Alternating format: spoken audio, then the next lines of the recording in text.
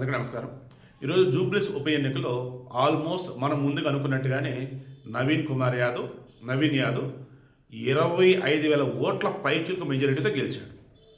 ఇప్పుడు మాకంటే సునీత ఎప్పట్లాగే నైతిక విజయం నాదే, ఎప్పట్లాగే కేసీఆర్ నైతిక విజయం మనదే. ఇక బీఆర్ఎస్ పార్టీని బతికించుకోవాలని చెప్పేసి అనుకుంటున్నారు కాబట్టి బీఆర్ఎస్లో ఉన్న వాళ్ళు బయటికి వెళ్ళకూడదు కాబట్టి ఈ కబుర్లు తప్ప రియాలిటీ నేను నిన్న మొన్న కూడా చెప్పాను. బీఆర్ఎస్ వాళ్ళకి జూబ్లీస్ ఉప ఎన్నికల్లో కొన్ని చోట్ల పోలింగ్ ఏజెంట్ కూడా లేరంట. ఇది కాంగ్రెస్ వాళ్ళు చెప్పింది. గ్రౌండ్ లెవెల్లో బలంగా ఉన్నటువంటి కాంగ్రెస్, గ్రౌండ్ లెవెల్లో బలంగా ఉన్నటువంటి టీడీపీ అంతా ఏకమయ్యి చిత్తుగా బీఆర్ఎస్ను ఓడించారని చెప్పేసి అన్నారు. లైక్ దీనినే చంద్రబాబు యొక్క రిటర్న్ గిఫ్ట్, నాయుడు దెబ్బ బీఆర్ఎస్ కనుమరుగబ్బ, చంద్రబాబు నాయుడు ఆయన శిష్యుడు ఉన్నటువంటి ప్రజెంట్ కాంగ్రెస్ ముఖ్యమంత్రి అయినటువంటి రేవంత్ రెడ్డి కలగలిపి బీఆర్ఎస్ ఇచ్చిన రిటర్న్ గిఫ్ట్. ఏ రకంగా ఇక రాను రోజులలో బీఆర్ఎస్ కోలుకోలేదు, ఈ ఎక్కడన్నా పోటీ డిపాజిట్లు రావడం తప్ప గెలవడం జరగదు అన్న వేళ మాట్లాడుతున్నారు. ఓవరాల్గా ఇవిడికి మెయిన్ ఇంటెన్షన్. ఇంకా ఇప్పుడు కూడా బీఆర్ఎస్ వాళ్ళు ఆంధ్రాలో అంటూ ఓవరాక్షన్ చేస్తూ మాట్లాడినా, ఇక్కడ బతకడానికి వచ్చి ఏడా బతుకుతూ సెటిల్ అయినటువంటి అంతా కూడా తెలంగాణ వాళ్ళు, హైదరాబాద్ వాళ్ళు. అట్లాంటిది ఒడిశా, బీహారు, పశ్చిమ బెంగాల్ వాళ్ళందరూ వదిలేసి ఆంధ్రోల మీద పడి ఏడుస్తూ కనుక ఉంటే ఇదిగో ఈ రిజల్టే రిపీట్ అయింది. మొన్న 2023 ఎన్నికలలో ఈ ఆంధ్రోలే బీఆర్ఎస్ పరువు నిలబెట్టారు. బట్ ఈసారి ఛాన్స్ తీసుకోదలుచుకోలేదు వాళ్ళు. అందుకే జూబ్లీస్లో ఓడించారు, నాకైతే అర్థమవుతుంది. బట్ ఏ మాట కూడా మరలా ఓపెన్గా చెప్తున్నా, జూబ్లీస్ నియోజకవర్గంలో ఐఆమ్ షూర్ ఆంధ్ర వాళ్ళు తక్కువే ఉన్నారు సెటిలర్లు. బట్ ఎక్కువ ఉన్నటువంటి వాళ్ళు తెలంగాణ వాళ్ళే, ఇక్కడ ముస్లింలే. సో వాళ్ళు ఓడించారు బీఆర్ఎస్ని. లాజిక్ అర్థమవుతుందా?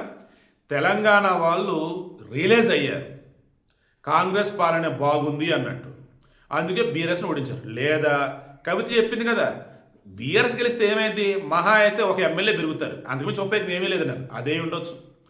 లేదన్నప్పుడు ఆంధ్రోలోనే సన్నాసులరా నేను అంటాను, అండ్ ఆంధ్రోలది పేడ బిర్యానీ కాదని నేను అంటానని కేసీఆర్ అన్నది మొన్న కవిత కూడా రిపీట్ చేసింది.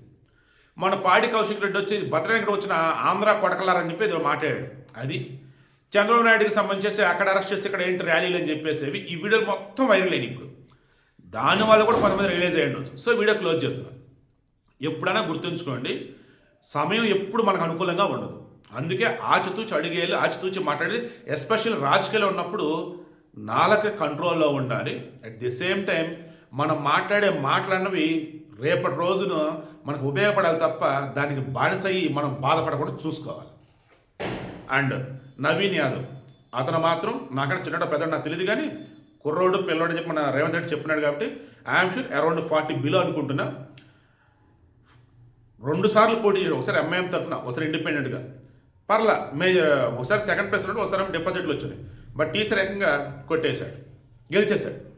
ఇందులో కీలకంగా చెప్పుకోవాల్సింది యాదవుల ఓట్లు అండ్ లోకల్ ఉన్నటువంటి తెలంగాణ వాళ్ళ ఓట్లే గట్టిగా ఆయనకైతే పడ్డాయి నాకైతే అనిపిస్తుంది.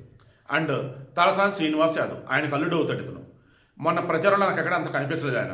సో ఆయన కూడా వెనకాల ఉండుంటే ఈ నవీన్ యాదవ్ని గెలిపించి ఉండొచ్చు నాకు అనిపిస్తుంది. బహుశా రాను రోజుల్లో తలసాని శ్రీనివాస్ యాదవ్ అయితే కాంగ్రెస్ కానీ లేదా బీజేపీలో కానీ వెళ్ళొచ్చు. అన్నీ అనుకూలిస్తే టీడీపీ పునర్వైపు వచ్చిందని అనుకుంటే మళ్ళీ టీడీపీ కూడా ఆయన రావచ్చు. బీఆర్ఎస్ పార్టీ మాత్రం నాకు తెలిసి ఇక్కడి నుంచి ఆ పార్టీని కాపాడుకోవటం మీద దృష్టి అయితే వాళ్ళు పెట్టారు. ఎందుకంటే సిచ్యువేషన్ మొత్తం ఘోరంగా ఉంది వాళ్ళకైతే.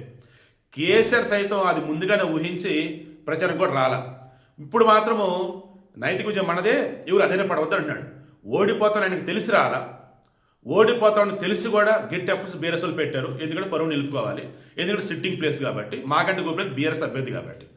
బట్ ఇక్కడ మాత్రం టీడీపీ వాళ్ళు కానీ రిమైనింగ్ వాళ్ళు కానీ ఎట్టి ప్రతి ఈసారి బీఆర్ఎస్ ఓడించాలనుకున్నారు. కాంగ్రెస్ అభ్యర్థి నవీన్ యాదవ్ సపోర్ట్ చేయడం నాకైతే అనిపిస్తుంది. ఇక లంకల్ దీపక్ రెడ్డి పాపం అండి, ఎందుకు బీజేపీ వాళ్ళు అన్యాయంగా అమాయకులు బలి చేస్తారు నాకు అర్థం. ఆయన డిపాజిట్ కూడా రాలి, పాప కౌంటింగ్ ఏదైనా చెల్లిపోయాడు మధ్యలోనే. నిజంగా ఈ మొత్తం ఎన్నికలో నాకు బాధేసిందంటే పాప లంకల దీపక్ రెడ్డిని చూసి బాధేసింది. బీజేపీలు లాస్ట్ మినిట్ వరకు కూడా అభ్యర్థిని నిల్చోబెట్టలేదండి. ముందు నుంచి అభ్యర్థిని పెడితే ప్రచారం చేసుకునే వాళ్ళు కదా పాపం వాళ్ళు, కానీ డిపాజిట్ అని వచ్చేది కదా.